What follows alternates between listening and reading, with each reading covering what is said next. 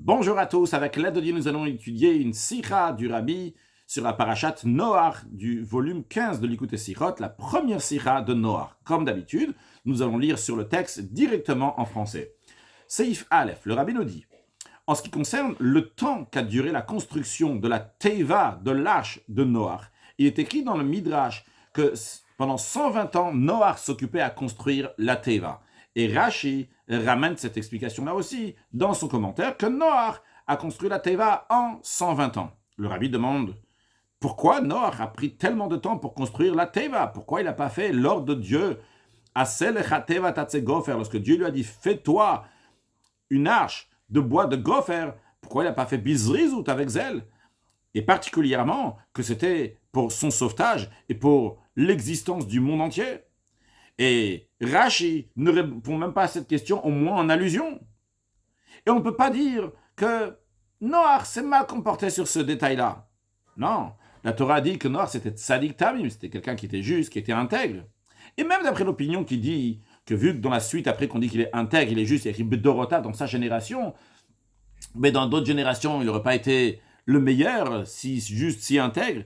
Mais en tous les cas, en ce qui concerne la manière d'avoir fait la Teva, l'arche, ça, c'est sûr qu'il a fait à la perfection, parce que la Torah dit Vayas Noach kechol asher tziva, que Noach, il avait exactement comme tout ce que Hachem lui avait ordonné. Donc c'est sûr et certain que Noach a bien fait la Teva dans tous les détails, ce qui inclut aussi le fait d'avoir fait pendant 120 ans cette arche.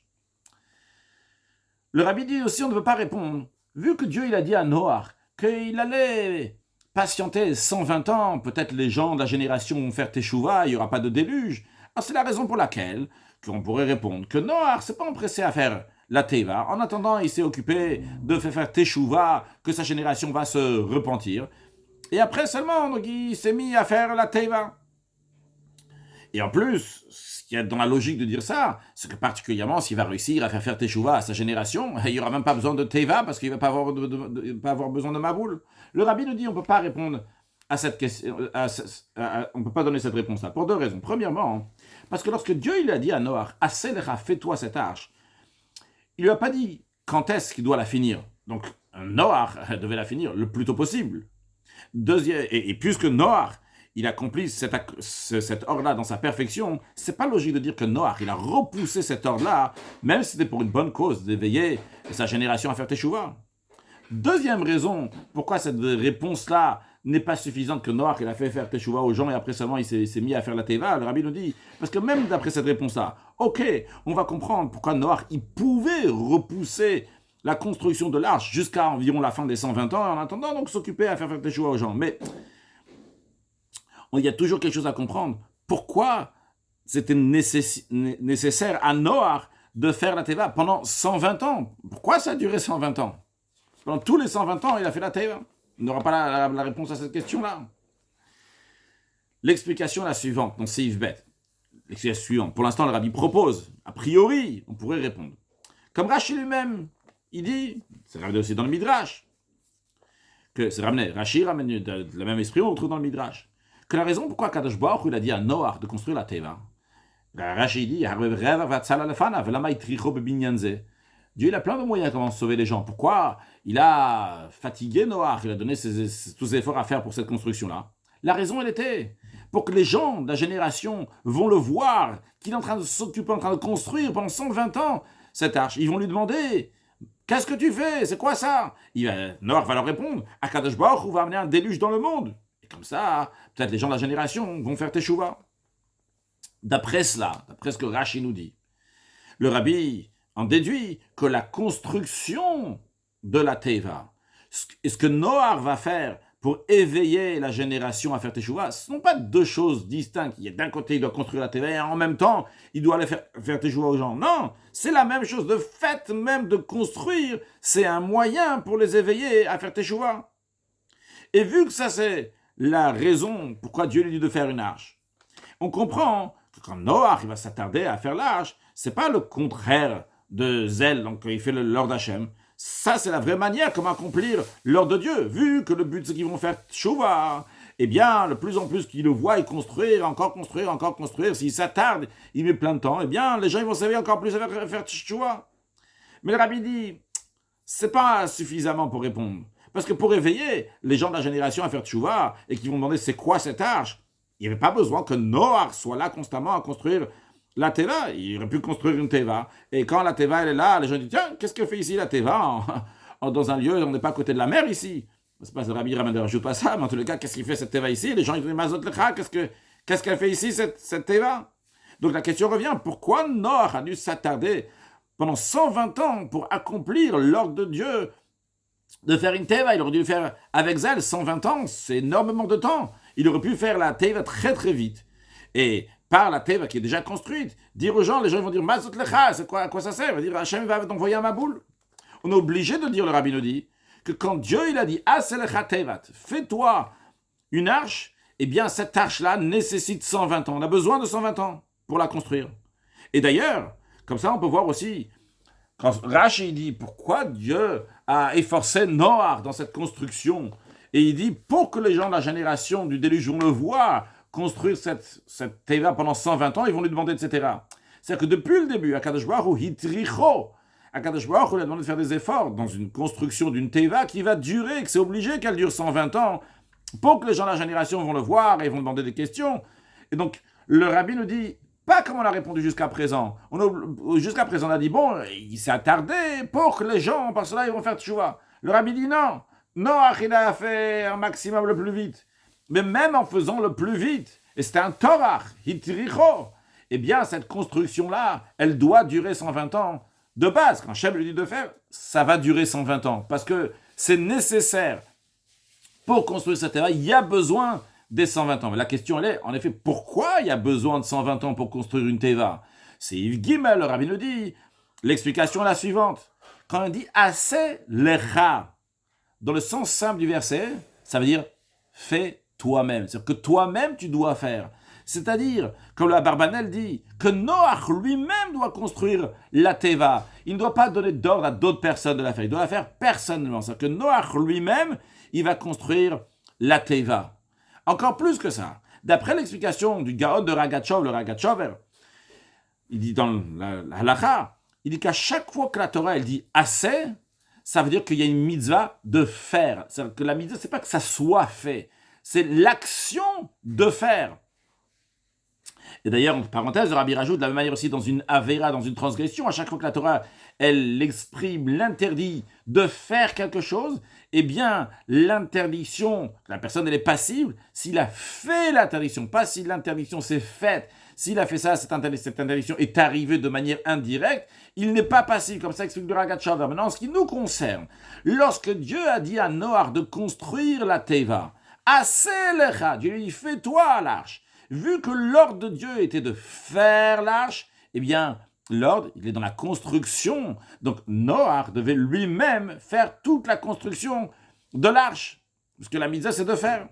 Et dans la parenthèse, le Rabbi dit qu'a priori, on aurait pu dire, Noach, il peut faire un shliach, un délégué. Le Rabbi dit non. Parce que même si on va dire que même quand Dieu donne un ordre assez, il dit fait, on peut le faire par un shliach, par un délégué, et que disons que quand le shliach, le délégué, va faire quelque chose, on considère comme si c'est le méchaleach, celui qui l'a envoyé, qui l'avait fait. Le Rabbi dit non, vu qu'il s'agit de Noach, Noach c'était un ben Noach, donc c'était pas un juif, il n'y a pas la notion de shlichut, il n'y a pas cette notion de déléguer quelqu'un, et quand je vais déléguer, l'autre va faire à ma place, c'est comme si moi-même je l'ai fait. Et le Rabbi rajoute dans la parenthèse, en tous les cas, il n'y a pas de manière que shluchu yekemoto, parce que l'expression de nos sages, dans le Talmud, c'est Shliach Adam Kemoto, que le délégué de quelqu'un, c'est comme la personne elle-même qui l'a envoyé. Le Rabbi dit, en ce qui concerne Noach, donc c'est un ben Noach, donc pas un juif, il n'y a pas cette notion-là de déléguer quelqu'un d'autre et que l'autre va être exactement comme celui qui l'a envoyé. Donc, revenons à ce qu'on disait. Dieu, il a donné l'ordre à Noach, assez lecha. C'est toi-même, toi seul, Noach, tu dois construire la teva. Alors si Noach tout seul doit construire toute la teva, le Rabbi nous dit, il n'y a rien d'étonnant que même que Noach, il a fait l'ordre d'Hachem de construire la teva avec une grande zèle, quand même, ça a duré pendant 120 ans. Aderaba, vu que il a fait tout lui-même, c'est très étonnant comment cette construction-là, elle lui a duré seulement 120 ans et pas plus. J'ajoute une parenthèse, j'ai pas appris suffisamment Be'iyun, approfondi la sira pour voir quelle est la chita du Rabbi. Dans certaines notes ici, le Rabbi ramène aussi le fait que Noach, il a il a construit, il a planté, et on peut voir dans la note 9, dans Tanchuma, il dit que Noach s'occupait donc de planter des cèdres, de les couper, de les faire grandir, de les couper, etc. Si on rajoute tout ça encore plus, ça fait encore beaucoup. Mais est-ce que ça dans le Rashi aussi, à rajouter que ça fait partie de l'occupation? Je ne suis pas sûr que c'est ça dans le Rashi aussi, mais c'est possible aussi. Je laisse chacun regarder et approfondir dans la Sikha, dans les notes de la Sikha. Seif Dalet. Le Rabbi maintenant continue à dire, dans les paroles du Ragat Shover, on retrouve deux raisonnements. Est-ce que lorsque Dieu il a dit à Noach de faire la Teiva, ce qui est important ici, c'est l'action de construire l'arche, ou bien la mitzvah elle est qu'il y ait une arche? C'est pas important la construction, la mitzvah n'est pas la construction, mais la mitzvah qu'il y ait une arche. En d'autres mots, est-ce que l'essentiel c'est la peoula ou c'est le nifal? Est-ce que c'est la peoula, le fait que Noach va agir, va construire l'arche, ou bien que l'essentiel c'est le nifal, les conséquences, qu'il y ait une teva, que ce soit Noach qui l'a construit, que Noach a demandé à d'autres personnes qui l'a construit. L'essentiel c'est que la teva soit là. Alors le rabbi nous dit que ces deux raisonnements, si on va dire, on peut dire d'un côté que c'est un ordre de construire, ou bien d'un autre côté on peut dire que l'essentiel c'est qu'il y a cette construction, qu'il y a cette arche, eh bien le rabbi nous dit, ça dépend, quel est l'ordre, quelle est la raison que Dieu l'a dit de faire la teva. Si on dit que le but de faire la teva c'était uniquement pour sauver un sauvetage du déluge, ok, alors dans ces cas-là, l'action de faire la teva, la peoula n'est pas importante, l'essentiel c'est qu'il y a une teva. Mais si on va dire que pourquoi Dieu il a dit à Noach de construire une teva, c'était avec l'intention pour que les gens vont le voir et ils vont le questionner et que par cela ils vont faire tchouva, peut-être ils vont faire tchouva. Alors dans ces cas-là, la construction elle-même, ça c'est la mitzvah, parce que c'est la construction qui va amener à faire tchouva. D'après cela, le rabbi nous dit, on vient de voir qu'il y a deux manières de voir les choses, il y a deux raisonnements. Alors le rabbi nous dit, on peut expliquer que c'est ce que Rashi nous dit. Rashi nous dit, Kasha, il a plein de moyens comment sauver les gens. Pourquoi Dieu a donné ces efforts-là à Noach? Et il répond pour que les gens vont le voir, etc. Rashi, en expliquant si longuement, etc., Rashi vient expliquer que la question n'est pas pourquoi Dieu a choisi cette manière-là de le sauver ou pas. Quand Rashi dit « Oh, Dieu a plein de moyens de sauvetage », pourquoi on a l'impression que Rashi... Pourquoi spécialement une teva? C'est pas ça la question. Le rabbi nous dit, c'est pas ça la question de Rashi, parce que dans le pshat, c'est pas une question, en tout cas pas une grande question. S'il y a un déluge qui arrive, et dans les règles de la nature, pour sauver d'un déluge qui dort, eh bien, tu as besoin de te mettre dans une arche. Et d'ailleurs, c'est la raison pour laquelle que Rashi ne ramène pas la question du Midrash. Dieu, il aurait pu sauver Noach, bemunato, bediburo, la loto la shamaim, par sa foi, a priori, ça veut dire par un miracle, par sa parole, ou le faire monter au ciel, différents moyens que Dieu l'a fait. Rashi ne demande pas ça. La question de Rashi est là, hitricho bebinyanze. Pourquoi Noach lui-même, personnellement, devait construire cette teva pendant 120 ans? Quelle est l'intention de faire travailler Noach pendant tellement de temps? Et que Noach lui-même va travailler. Sur ça, Rashi répond. Il dit, la raison elle est, pour que les gens vont le voir, ils vont s'éveiller à Teshuvah. Et donc, on comprend pourquoi la mitzvah, d'après Rashi, c'est Aselecha, c'est que toi tu vas faire, c'est la construction qui est importante. C'est pas qu'il y ait une teva. L'essentiel, c'est que Noach construit la teva.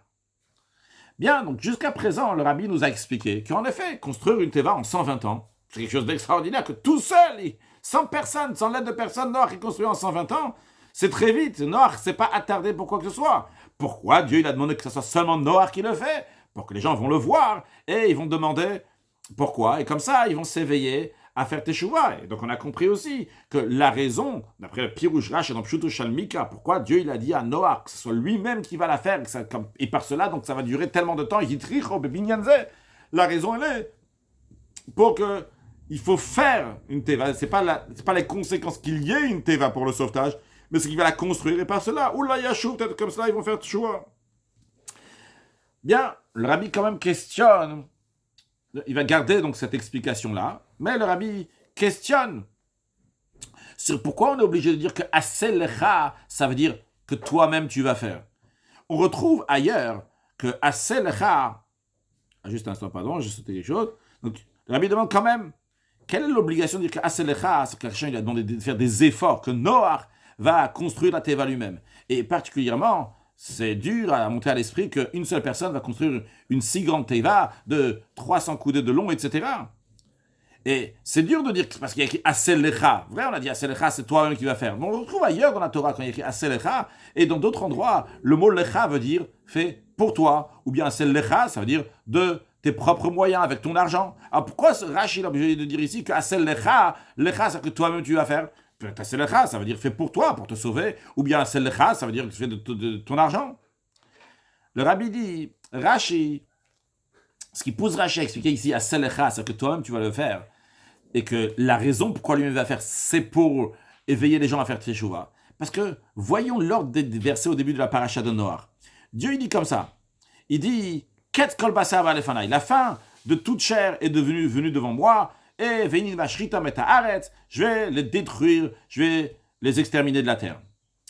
Après, Dieu rentre dans une longue explication à Noach, fait une teva qui va avoir tant de coudées en hauteur, en longueur, etc., etc. Et après seulement, il dit, je vais amener un déluge. C'est-à-dire que construire la teva vient avant même que Dieu il a dit qu'il allait amener un déluge avec de l'eau. On n'est pas au courant encore qu'il va y avoir un déluge avec de l'eau. On est au courant que Dieu il est en colère sur le comportement des humains et des animaux aussi. Et dit donc qu'ils vont tous périr. Et Dieu dit, fais une teva. Et après seulement, il dit, je vais amener un déluge. Alors d'après ça, Rashi il a appris que Dieu il a dit, je suis pas content de leur comportement, c'est la première étape. Donc je vais les exterminer. Tu sais quoi, Noach? Fais une teva. Comme ça, ils vont faire teshuvah. Peut-être ils vont faire teshuvah grâce à la teva que tu vas faire. Tu vas leur dire qu'il y aura un déluge qui va arriver. Et sache après, il lui dit, voilà, il y a un déluge, Mabul Maim. Donc qu'est-ce qu'on voit de là? Que ce qu'Akadosh Baruch Hu lui dit, Aselecha, fais l'arche. Le but n'est pas pour un sauvetage d'un déluge d'eau qui n'a pas encore été prononcé dans la parole de Dieu, mais c'est pour que les gens vont s'éveiller à faire teshuvah, une sorte d'avertissement pour cette génération, la génération du déluge. Donc là, le rabbi a fini donc l'explication de Rashi dans Pshuto Shalmika. On a compris, donc, dans Seifé, un point encore plus qu'avant. On a compris aussi qu'est-ce qui a obligé Rashi à dire que Aselecha, c'est-à-dire que toi-même tu vas faire, et pas dire que c'est Michelcha ou Bishvilcha. Non, le rabbi nous dit, on a déjà expliqué plusieurs fois, que Rashi, dans ce commentaire sur la Torah, c'est pas le même Rashi sur le commentaire sur la Gemara. C'est-à-dire dans les deux, la Gemara, le Talmud, et sur le Chumash, Rashi explique le sens simple du verset. Mais le sens simple de la Gemara, c'est plutôt lié avec la halakha, tandis que le Pshuto Shalmika, le sens simple du verset, c'est vraiment le sens simple des versets, deux choses qui sont complètement différentes l'un de l'autre. Et d'ailleurs, c'est la raison pour laquelle que le rabbi dit qu'on ne peut pas demander une question si Rashi dit, explique d'une manière dans le Talmud et d'une autre manière dans le Chumash, parce que c'est deux manières d'étudier qui sont différentes. Et le rabbi nous dit, on peut retrouver ça en ce qui nous concerne. Ce qu'on vient d'expliquer jusqu'à présent, on a dit que d'après Rashi, dans le sens simple du verset, Noach seul a fait la teva. Mais dans le traité Souka, Rashi dit qu'un des fils de Noach, Shem, eh bien, s'est associé à son père pour la construction de la teva. D'après cela, le Ragat Shover dit que de ce Rashi, du Rashi qui est dans le Talmud, dans le traité Souka, on voit que d'après Rashi, là-bas dans le Talmud, la mitzvah n'est pas de construire l'arche, mais la mitzvah est qu'il y ait un arche. La preuve, c'est que Shem aussi pouvait s'y associer. Le but, c'était que finalement, il va y avoir un arche. Non, Rabzondel, Shem va venir l'aider. L'essentiel, c'est que finalement, il va y avoir une arche ici qui va pouvoir sauver tout le monde. Donc, ce qui est différent du commentaire de Rashi dans le Chumash qui dit que l'essentiel, c'est l'action de voir Noach en action qui est en train de construire la Teva. Pourquoi cette différence-là dans Pshut Shalmika, dans le sens simple du verset, que Rashi explique dans le Chumash, que c'est seulement Noach qui a construit, que l'essentiel, c'est l'action de Noach, que le Noach va construire la Teva. Et pourquoi, dans le Talmud, il explique différemment. Dans le Talmud, il dit que quelqu'un d'autre peut l'aider, donc que le but, c'est qu'il y a une Teva. Le rabbi nous dit l'explication la suivante. Quand on apprend le sens simple des versets, il n'y a aucune allusion que Shem, il a aidé Noach. Au contraire, le fait qu'il y a écrit que Vayas, Noach, à la conclusion, on nous dit que Noach a fait tout ce que Dieu avait dit. Eh bien, c'est sous-entend, comme Rashi nous explique dans le sens simple du verset, que Noach lui-même seul a construit toute la Teva. Et d'ailleurs, ça marche très bien avec le sens simple donc des versets sur place. On dit Aselecha Tevat, fais toi-même donc cette arche. On comprend que la mise, c'est de faire, assez de faire. Et d'ailleurs, c'est pour ça aussi qu'on trouve dans le Midrashé à Torah, dans le Midrashim, dans les interprétations agadiques de la Torah, non pas dans le côté halakha de la Torah, qu'on retrouve que le fait que Noach a construit la Teva, c'était pour éveiller les gens à faire Teshuvah. Donc, en d'autres mots, ce qu'on peut en déduire de ces Midrashim-là, que c'est l'action de faire la Teva qui était important pour Hachem. En revanche, lorsqu'il s'agit du commentaire de Rashi dans la Gemara, et Rashi il explique, comme on retrouve dans la Gemara, dans le côté halachique, et dans la Gemara, qu'est-ce qui est écrit? Il y a juste écrit que Noach a tzadik. Il réprimandait les gens, il leur disait « Faites Teshuvah ». Sans lier ça, dans la Gemara, on ne rattache pas au fait que Noach va éveiller les gens en construisant la Teva. Et même la suite de la Gemara, qu'ils disent « Vieillard, à quoi ça sert cette arche ?» Et il leur disait « À Kadosh Baruch Hu, il va venir déluge, etc. » On voit uniquement, quand les gens disaient « Vieillard, qu'est-ce qu'elle fait cette Teva ?» On voit qu'il n'a pas dit pourquoi tu es en train de construire une Teva. Il dit qu'est-ce qu'elle fait cette Teva? C'est-à-dire que la Teva était déjà construite. Et d'où on vient aussi au deuxième point de la Gemara, que dans la Gemara, c'est pas mentionné que l'arche a duré 120 ans pour la construire. Donc Rashi, il explique la Gemara, et il dit que d'après la Gemara, la construction de l'arche était uniquement pour un sauvetage. Donc les actions qu'il fallait faire pour éveiller les gens de la génération pour Tchouva, c'est une autre chose à part qui n'est pas liée à faire la Teva. En effet, il devait éveiller les gens à faire Tchouva, mais c'est une autre chose qui n'est pas liée spécialement avec la construction de la Teva d'après la Gemara. Donc, d'après ça, dans la Gemara, la mitzvah, c'est quoi? C'est qu'il va y avoir une Teva. Les conséquences. Donc, il n'y a pas d'obligation que Noach va construire la Teva lui-même. Donc, il pouvait la construire avec d'autres personnes, avec Shem, son fils, ou d'autres personnes qui veulent l'aider. Ça, c'est une manière de dire donc, comment il y a une différence, et une différence donc assez forte entre le commentaire de Rashi dans la Torah et le commentaire de Rashi dans la Gemara. Mais encore une fois, il n'y a pas de question. On ne peut pas dire que Rashi se contredit, vu que Rashi est là pour expliquer. Et quand il est en train d'expliquer le Chumash, il explique le Chumash. Et dans le Chumash, comme on a approuvé, Noach a fait lui-même, et Noach l'a fait, par cela il va éveiller les gens à faire Teshuvah en 120 ans. Quand il est en train d'expliquer la Gemara, la Gemara, on ne dit pas que ça a duré 120 ans. Donc il a pu la faire vite, il a pu avoir de l'aide aussi d'autres personnes. Le fait de faire Teshuvah aux gens, c'était une chose à part la construction de la Teva. Il pouvait avoir de l'aide, vu que le but n'était pas qu'il a construit, mais le but qu'il y ait une Teva, d'après le commentaire de la Gemara. Dans Seif Zayin, le Rabbi nous dit encore une autre manière comment on pourrait expliquer cette différence de Rashi. On a expliqué avant que Rashi, dans le sens simple du verset, eh bien, il n'est pas possible, donc un Ben Noach, un non-juif, de faire un délégué. Il ne veut pas un délégué qui soit exactement comme lui-même. Alors, le Rabbi dit ici, on peut dire que le Rashi, dans son commentaire sur la Gemara, il pense que la construction de la Teva, c'est la mitzvah, en effet. Il pense vraiment que Hachem lui a dit, fais la Teva, et que l'essentiel, c'est de faire et non pas l'action. Mais, ça manque quoi? Il tient comme les opinions qui disent qu'un Ben Noach, qu'un non-juif, il peut faire un délégué Kemoto comme lui. Ceux qui veulent, ils peuvent regarder dans la note 38, 39 ici, pour ce qui concerne donc ceux qui peuvent, d'après les opinions qu'on peut faire, Ben Noach peut faire un délégué, et pour voir donc qu'ils ne peuvent pas faire un délégué, ça il y avait une note donc, déjà avant,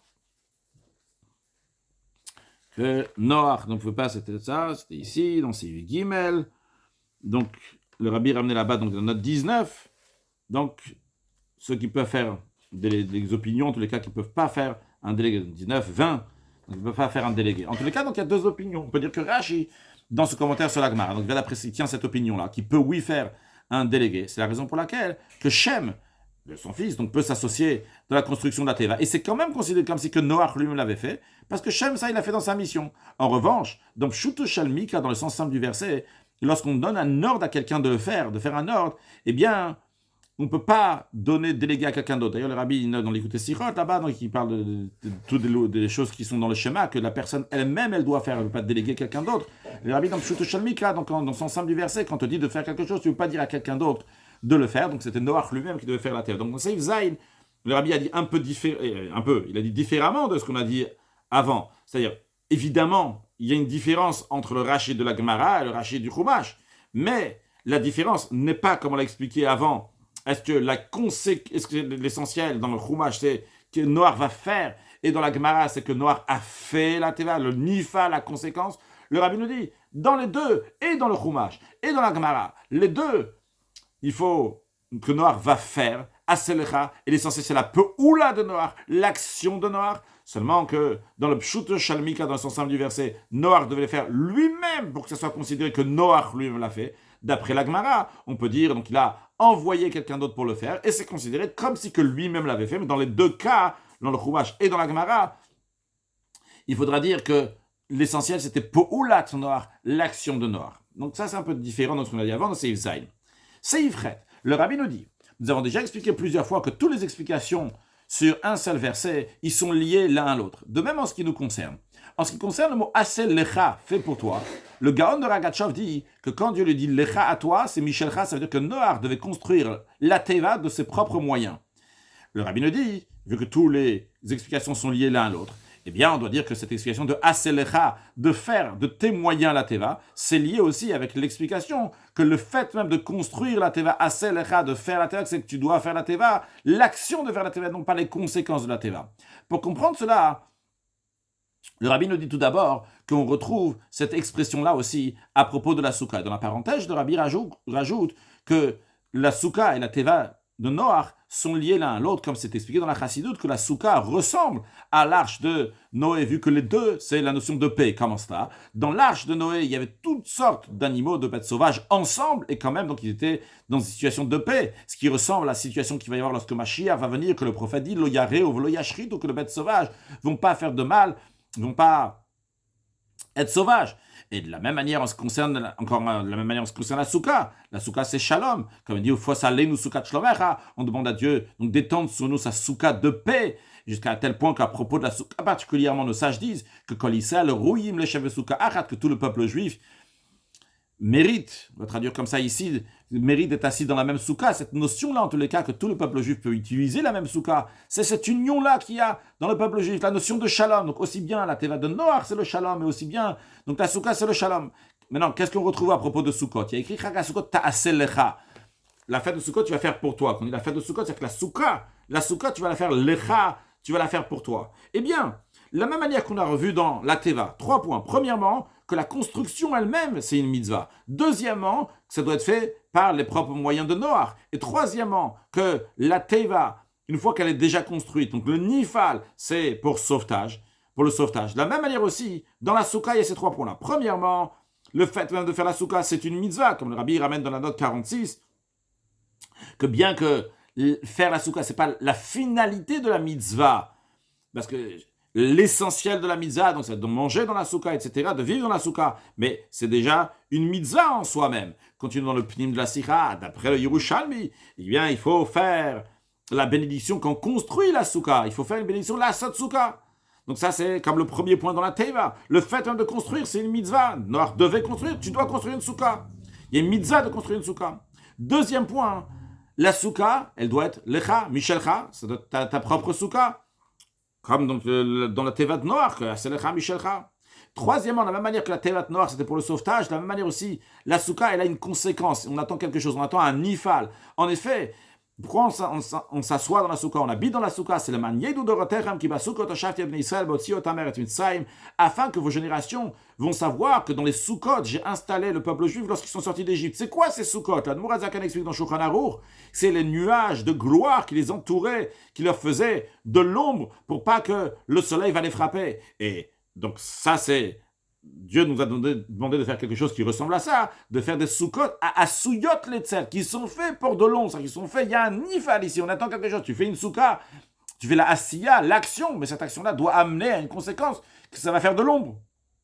Alors bien qu'on retrouve ce parallèle-là, aussi bien dans le sens profond, aussi bien halachique, entre la teva de Noach et la souka, mais quand même on retrouve deux différences. Premièrement, en ce qui concerne la teva de Noach, il fallait que Noach lui-même, personnellement, va la construire. Pas juste c'est une mitzvah de la construire, c'est que personnellement lui-même va la construire. Par contre, dans la souka, vrai, c'est une mitzvah de la construire, mais on peut la faire par quelqu'un d'autre qui va construire la souka pour moi.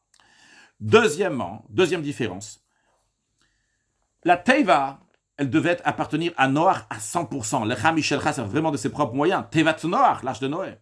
Par contre, dans la souka, un homme, il est qui dans une souka si il a une souka chez Oula, si c'est une souka qui est empruntée eh bien, il les quitte. Pourquoi? La Dmorazaken Shulchan Aruch, Areike Shelo. Lorsqu'il emprunte une souka, c'est comme si c'est la sienne. Alors, il ne pouvait pas emprunter une teva, il devait construire, donc ça devait être de ses propres moyens, ça devait lui appartenir à 100%.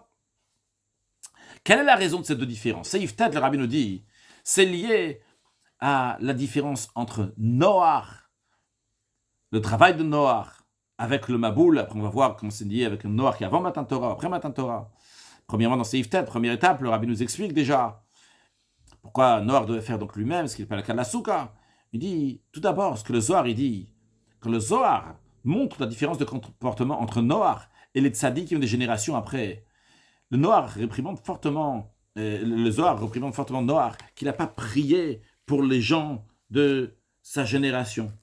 Et à tel point le Zohar donc dit que ça implique la responsabilité de ce désastre à Noach, c'est de lui que ça dépendait, de l'obarach me alalma, il n'a pas prié pour le monde, il aurait dû prier, il n'a pas demandé.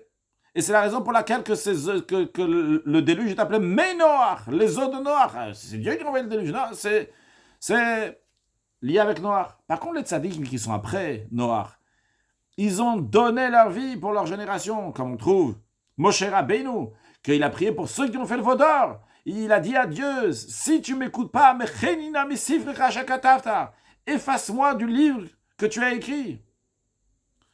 Mais un instant, pourquoi on crie tellement sur Noach? Le rabbi dit, après on peut demander. Nos sages disent que Noach, il a réprimandé les gens de sa génération, il les a éveillés à faire tchouva. Alors, Noach, il était concerné par les gens de sa génération. Ah, dans ces cas-là, pourquoi on dit que Noach, il n'a pas prié, il n'a pas éveillé miséricorde? La question en réalité, c'est pas pourquoi on dit. La question, elle est sur Noach. Si Noach, il était tellement concerné, excusez-moi, vous pouvez présenter comme ça la question. Si Noach, il était tellement concerné par la génération, tel pour qu'ils avaient à faire tchouva, pourquoi Noach n'a pas prié à Dieu? Le rabbi, il dit comme ça. Vrai, Noach, il a réprimandé les gens de la génération. Mais il ne s'est pas donné pour les gens de la génération. La seule raison pour laquelle il les a réprimandés, c'est parce que Dieu lui a dit de le faire. Alors il a fait. Et c'est pour ça que c'est expliqué dans Chassidut que le Noach, il s'est pas mis à fond pour que ces réprimandes, ils vont éveiller les gens. Parce que lui, son intention, pourquoi il réprimandait? Si Dieu m'a demandé de réprimander, je réprimande. Et c'est la raison pour laquelle, vu qu'il ne s'est pas entièrement mis dans ce qu'il faisait, il a fait juste parce que Dieu lui a demandé de faire. Eh bien, c'est pour ça aussi qu'il n'a pas prié à Dieu pour sauver le monde. Par contre, Moshe Rabbeinu, que la situation de Béné Israël lui concernait à tel point, comme si c'était lui-même, eh bien, il s'est donné totalement, il a donné sa vie pour eux. Il a prié, il a veillé miséricorde, à tel point qu'il a dit sinon, efface-moi du livre que tu m'as écrit. Et le rabbi nous dit, dans Seif Yud, c'est la raison aussi, la différence entre Tevat Noach et Sukkot. Sukkot, le rabbi nous dit en parenthèse, qui veut le Moshe Missina Yom Sara, c'est déjà après le don de la Torah. Ça qu'on dit que Noach n'a pas demandé miséricorde sur sa génération, ça s'exprime dans la construction de la Teva.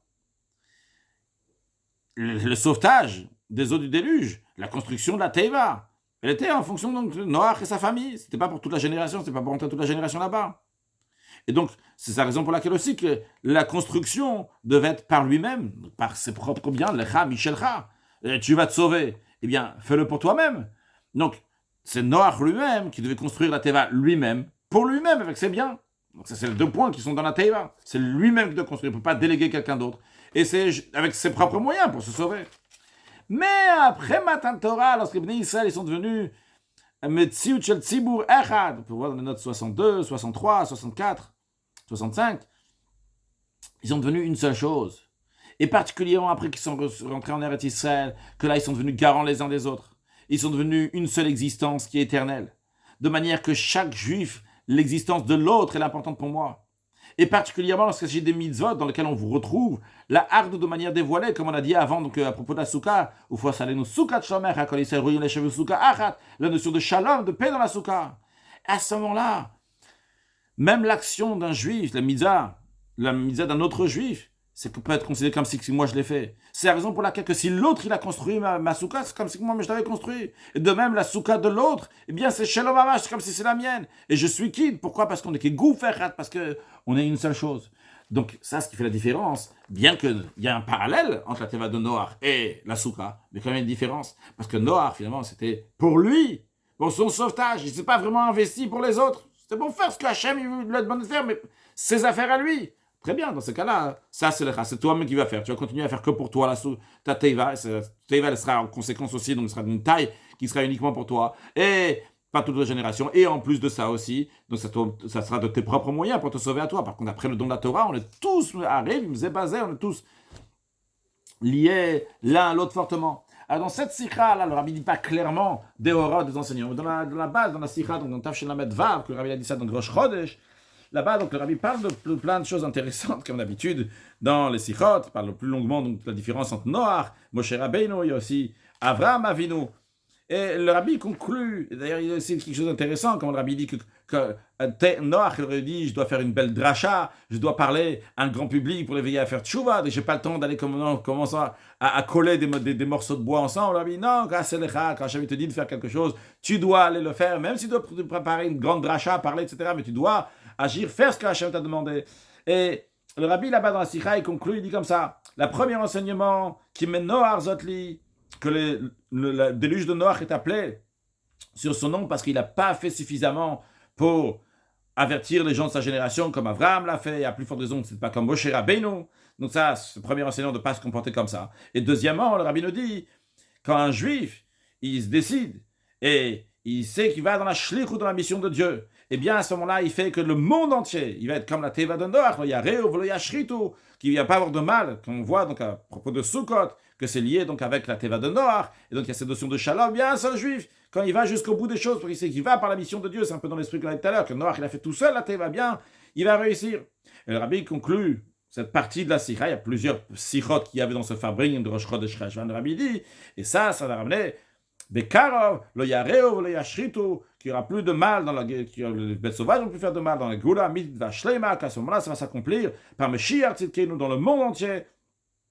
Parce que Eretz Israël va aller dans le monde entier, Vehiratson, que tous ces détails et tous ces inyanim-là, ils vont se faire de manière de le Chatrila Hariber, et quand on rattache ça avec le Nigun, et bien à ce moment-là, avec un Nigun, à ce moment-là, donc Chatrila Hariber, c'est Besimcha, et ça brise toutes les barrières, et ça empresse, ça mène très prochainement qu'on va chanter et danser le Kabel Pnei Meshiach Tzidkenu, donc chacun peut chanter le Chatrila Hariber, aïe aïe aïe aïe.